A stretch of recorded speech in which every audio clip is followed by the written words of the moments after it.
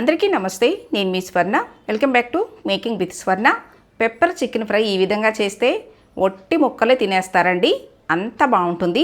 మరి ఏమాత్రం ఆలస్యం చేయకుండా ఈ పెప్పర్ చికెన్ ఫ్రై ఎలా చేసుకోవాలో చూసేద్దామా. ఫస్ట్ మసాలా పొడి ప్రిపేర్ చేసుకోవాలి. ఇంచి దాల్చిన చెక్క,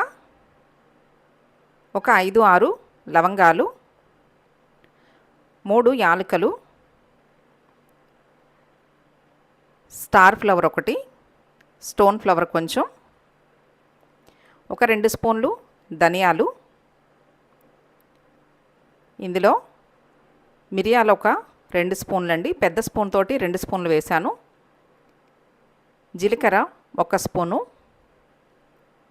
సోంపు 1 స్పూను వేసి వీటిని మీడియం ఫ్లేమ్లో పెట్టుకుని వేయించుకోవాలండి.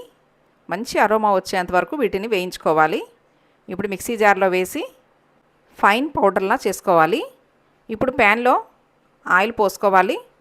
చికెన్ ఫ్రైకి సరిపడా ఆయిల్ పోసి చిన్న స్పూన్ ఆవాలు, ఒక 4 ఎండుమిర్చి, రెమ్మ కరివేపాకు వేసి చిట్పటమన్న తర్వాత సన్నగా కట్ చేసుకున్న మీడియం సైజు 2 ఉల్లిపాయలు వేసుకోవాలి.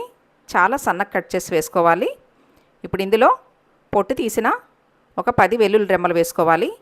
ఇవి వేగిన తర్వాత పెద్ద స్పూను అల్లం వెల్లుల్లి పేస్ట్ వేసి పచ్చివాసన పోయేంత వరకు వేయించాలి. ఇది వేగిన తర్వాత క్లీన్ చేసుకున్న చికెన్ వేసుకోవాలి. 2-3 సార్లు శుభ్రంగా సాల్టు నిమ్మరసం వేసి చికెన్ క్లీన్ చేసుకోవాలి. చూడండి, ఇలా కలిపి మూత వేసి ఒక 15 నిమిషాలు చికెన్ ఉడికించాలి.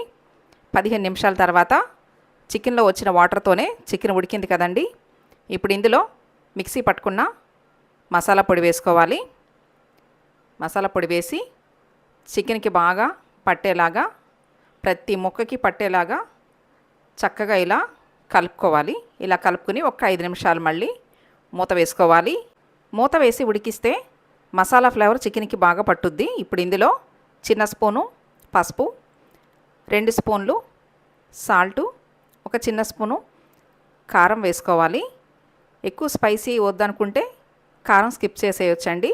ఉప్పు, కారం అన్నీ చికెన్ ముక్కలకి పట్టేలాగా బాగా కలుపుకోవాలండి. ఇప్పుడు 1 స్పూను నెయ్యి వేస్తే చికెన్ ముక్క బాగా సాఫ్ట్ అయ్యి చాలా బాగుంటుంది. టేస్ట్ అయితే నెక్స్ట్ లెవెల్లో ఉంటుందండి. లాస్ట్లో పిడికెడు కొత్తిమీర, నిమ్మరసం వేసుకుని తింటే చికెన్ పీసెస్ అద్దిరిపోతాయి, అంత బాగుంటుంది. ఈ చికెన్ ఫ్రై పప్పుచారులోకైనా రసంలోకైనా కానీ చాలా బాగుంటుంది. ఈ పెప్పర్ చికెన్ ఫ్రై మీకు కూడా నచ్చింది కదూ? అయితే మిస్ చేయకుండా లైక్ చేయండి, షేర్ చేయండి, నా ఛానల్ని సబ్స్క్రైబ్ చేయండి. Thank you for